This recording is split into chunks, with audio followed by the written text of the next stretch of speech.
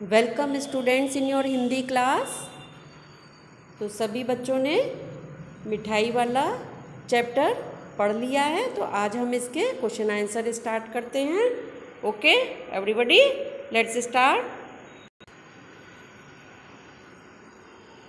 तो सबसे first question है इसमें कि मिठाई वाला अलग अलग चीज़ें क्यों बेचता था और वह महीनों बाद क्यों आता था। आपने चैप्टर में देखा कि मिठाई वाला पहले खिलौने बेचने आया, फिर मुरलियाँ बेचने आया और उसके बाद वह मिठाई बेचने आया। तो वो अलग अलग तरह की चीज़ें क्यों बेचता था और वह एक चीज़ बेचने के बाद फिर कुछ दिनों का गैप करने के बाद क्यों आता था, जैसे 6 महीने बाद या 8 महीने बाद क्यों आता था। क्योंकि बच्चे एक चीज़ से ऊब ना जाएं। अगर वह केवल खिलौने बेचता रहता तो बच्चे कुछ दिन तक तो लेते, उसके बाद बच्चे बोर हो जाते तो वो खिलौने लेना बंद कर देते। इसलिए मिठाई वाला अलग अलग चीज़ें बेचता था। और दूसरी बात कि बच्चों में उत्सुकता बनाए रखने के लिए वह महीनों बाद आता था, यानी कि बच्चों के अंदर उत्सुकता इस चीज़ की बनी रहे कि मिठाई वाला या खिलौने वाला नहीं आया, अब कुछ समय बाद आया, अब क्या चीज़ लेकर आया है। तो इस चीज़ की बच्चों के अंदर उत्सुकता बनी रहती है, इसलिए वह महीनों बाद आता था।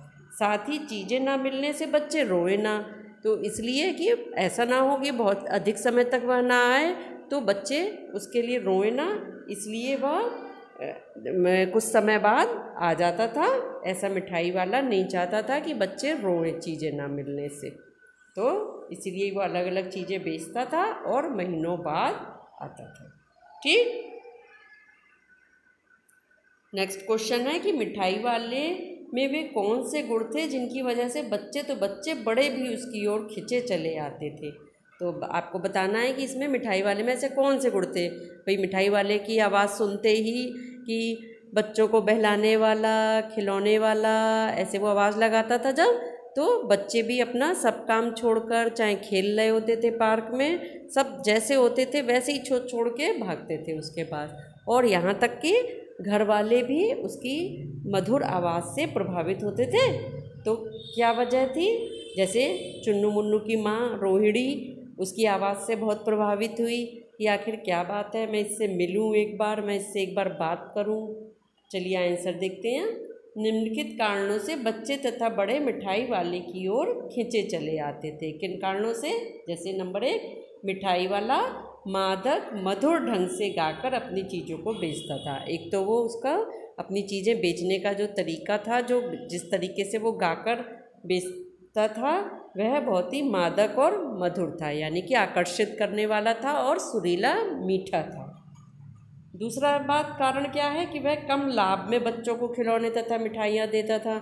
वह सिर्फ 2-2 पैसे में चीज़ें देता था या बहुत कम पैसे में ही चीज़ें देता था। किसी बच्चे के पास पैसे नहीं है तो ऐसे भी दे देता था, तो बहुत कम लाभ लेकर बच्चों को चीज़ें देता था। इस वजह से भी यह उसके गुण थे कि बच्चे और सब लोग उसके पास खिंचे चले आते थे। तीसरा कारण, जैसे उसके हृदय में बच्चों के लिए स्नेह था। वह कभी गुस्सा नहीं करता था, कभी भी बच्चों से गलत तरीके से नहीं बोलता था, गुस्सा नहीं करता था और बच्चों के लिए अपार स्नेह रहता था। बहुत प्यार से बच्चों को बहला फुसला कर तब खिलौने बेचता था। चौथी कारण क्या है कि हर बार नई चीज़ लाता था, तो हर बार नई चीज़ लेके आता था, ये भी उसके आकर्षण का कारण रहता था कि सभी बच्चे और बड़े खिंचे चले आते थे कि इस बार देखें क्या नई चीज़ लेकर आया है यह। तो ये 4 कारण लिखे हुए हैं। अगर आपको मन में कोई दूसरा कारण भी आता है तो आप वह भी लिख सकते हैं।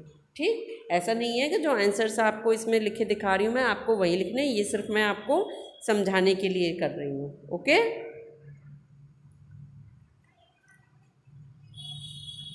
थर्ड क्वेश्चन, विजय बाबू एक ग्राहक थे और मुरली वाला एक विक्रेता। विजय बाबू क्या थे, ग्राहक थे यानी कि सामान को खरीदने वाले, और मुरली वाला क्या था, विक्रेता यानी सामान को बेचने वाला। दोनों अपने अपने पक्ष के समर्थन में क्या तर्क पेश करते हैं। दोनों लोग क्या तर्क पेश करते हैं अपने अपने पक्ष में, यह बताइए।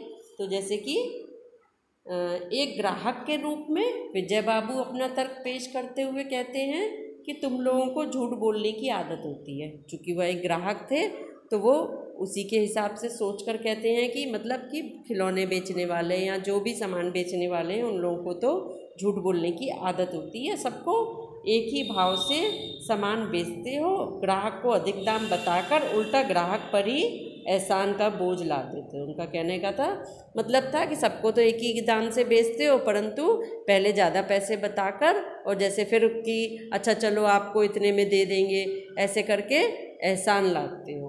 उनका ये कहना था, जबकि खिलौने वाला ऐसा नहीं था। दूसरी ओर खिलौने वाला जो था वो एक विक्रेता के रूप में यानी सामान बेचने वाले के रूप में वो अपना तर्क क्या पेश करते हुए कहता है कि आपको चीज़ों की असली लागत का अंदाज़ा नहीं है। चूँकि वह उन सामानों को लेके आता था तो उसे मालूम था कि उनकी लागत असली क्या होती है, इसलिए दुकानदार चाहे हानि उठाकर ही चीज़ें क्यों ना बेचे। उसका कहना था कि कोई भी दुकानदार चाहे अपने हानि उठाकर ही चीज़ें क्यों ना बेचे, परंतु ग्राहक को तो हमेशा यही लगता है ना कि हम उन्हें लूट रहे हैं। ग्राहक को दुकानदार पर विश्वास नहीं होता है। मुरली वाला कहता है कि असली दाम 2 पैसा ही है, मैंने पूरी 1000 बनवाई थी। उसने कहा कि मैंने पूरी 1000 बनवाई थी, इसलिए मुझे 2-2 पैसे में पड़ी हैं, पर इसका असली दाम तो वैसे 3 पैसे ही होता। असली दाम 2 पैसे क्यों है? क्योंकि उसने 1000 बनवाई थी इकट्ठी। तो एज अ उसको विक्रेता खिलौने वाले के आने पर बच्चों की क्या प्रतिक्रिया होती थी। जब खिलौने वाला आता था तो बच्चों की क्या प्रतिक्रिया होती थी, यानी क्या बच्चे कैसा रेस्पॉन्स देते थे। तो इसका आंसर क्या होगा? खिलौने वाले के आने पर बच्चे खिलौने देखकर पुलकित हो उठते थे, यानी कि खुश हो उठते थे बच्चे खिलौने देखकर। बच्चों का झुंड खिलौने वाले को चारों तरफ से घेर लेता था। बच्चों का झुंड आके खिलौने वाले को घेर लेता था। वे पैसे लेकर खिलौने का मोल भाव करने लगते थे। खिलौने पाकर बच्चे खुशी से उछलने कूदने लगते थे। तो वो पैसे लेकर क्या करते थे, खिलौने का मोल भाव, ये कितने का है, ये खिलौना कितने का है, ये कितने में दोगे, और खिलौने पाकर फिर बच्चे क्या करते थे, खुशी से उछलने कूदने लगते थे। नेक्स्ट क्वेश्चन, रोहिणी को मुरली वाले के स्वर से खिलौने वाले का स्मरण क्यों हो आया। रोहिणी ने जब मुरली वाले का स्वर सुना कि बच्चों को बहलाने वाला, मुरलियाँ वाला, तो उसको खिलौने वाले की याद क्यों आई। तो इसका आंसर क्या है कि मुरली वाला भी खिलौने वाले की तरह ही गा गा कर खिलौने बेच रहा था। एक तो मुरली वाला जैसे खिलौने वाला गा के बेचता था कि बच्चों को बहलाने वाला, खिलौने वाला, ऐसे ही ये भी गा गा कर बेच रहा था। और रोहिणी को खिलौने वाले का स्वर जाना पहचाना लगा, इसलिए उसे खिलौने वाले का स्मरण हो आया। उसे पहचानी हुई आवाज़ लगी, और जैसे क्योंकि उसकी आवाज़ कैसी थी, बहुत ही मादक और मधुर थी, तो इसलिए उसे उसकी याद आ गई। नेक्स्ट क्वेश्चन, किसकी बात सुनकर मिठाई वाला भावुक हो गया था। उसने इन व्यवसायों को अपनाने का क्या कारण बताया। तो किसकी बात सुनकर मिठाई वाला भावुक हुआ था? रोहिणी की बात सुनकर। रोहिणी की बात सुनकर मिठाई वाला भावुक हो गया, क्योंकि रोहिणी ने क्या कहा था कि भैया इतने कम पैसे में तुम्हें क्या मिलता होगा। कहा था उन्होंने कि भाई इतने कम पैसे में खिलौने बेचते हो, तुम्हें क्या मिलता होगा भला, इतनी जगह जगह घूमते हो क्यों। तो फिर यह सुनकर वो भावुक हो गया था। उसने क्या कहा था कि हाँ मिलता क्या है, बस संतोष धीरज हो मिल जाता है, पैसे कमाने के लिए मैं खिलौने नहीं बेच रहा हूँ, ये बात उसने कही थी ना। तो इन व्यवसायों को अपनाने का उसने क्या कारण बताया था कि इस तरह के जीवन से उसे अपने बच्चों की झलक मिल जाती है। उसे ऐसा लगता है कि उसके बच्चे इन्हीं में कहीं हंस खेल रहे हैं। यदि वो ऐसा नहीं करता तो उनकी याद में घुल घुल कर मर जाता, क्योंकि उसके बच्चे अब जिंदा नहीं थे।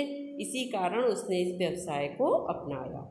पास्ट में उसके साथ, खिलौने वाले के साथ कोई दुर्घटना हुई जिसमें उसके बीवी और बच्चे दोनों खत्म हो गए, जिसकी वजह से उसको बहुत दुख हुआ।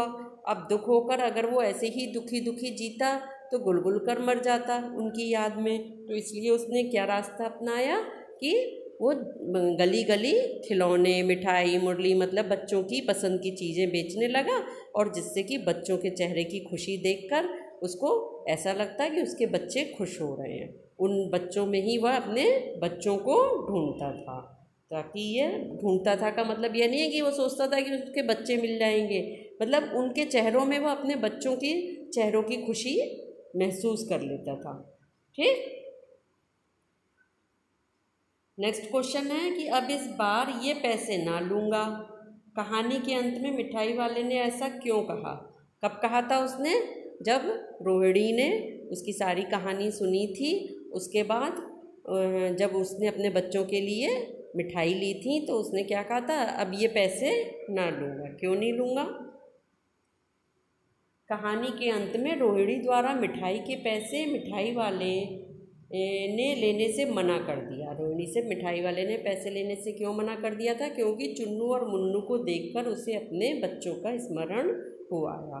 चुन्नू मुन्नू को देखकर उसे अपने बच्चों की याद आ गई और उसे ऐसा लगा मानो वो अपने बच्चों को ही मिठाई दे रहा हो, क्योंकि उसकी माँ ने उससे आप बीती सुनी तो वो भावुक हो गया। उस समय उसे अपने बच्चों की याद आ गई और चुन्नू मुन्नू को देखकर उसे ऐसा लगा कि यही उसके बच्चे हैं, तो उसने ऐसा लगा कि वह अपने ही बच्चों को मिठाई दे रहा है। Okay, next question. इस कहानी में रोहिणी चिक के पीछे से बात करती है।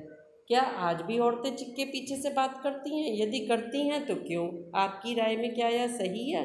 इसमें कहने का मतलब है यह बहुत पुराने ज़माने की कहानी दिखाई है ना, तो पुराने ज़माने में क्या होता था कि औरतें पर्दे के पीछे से ही बात करती थी, सामने आके बात नहीं करती थी। तो इसमें भी ऐसा ही हुआ है। तो आपको क्या लगता है, क्या आज भी ऐसा होता है?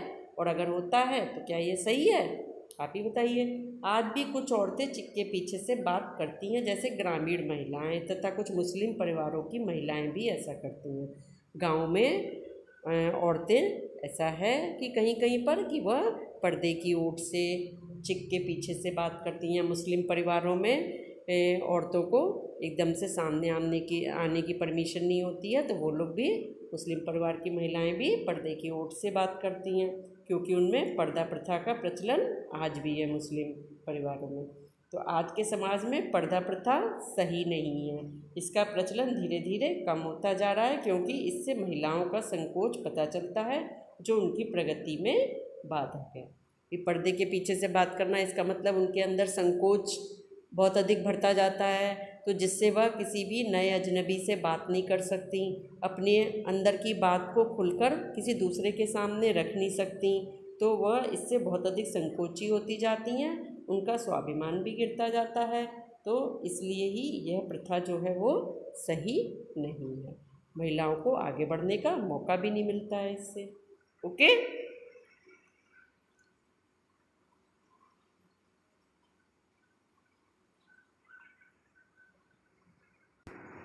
इन सभी क्वेश्चंस के आंसर्स आपको कॉपी पे लिखने हैं। Okay, bye bye.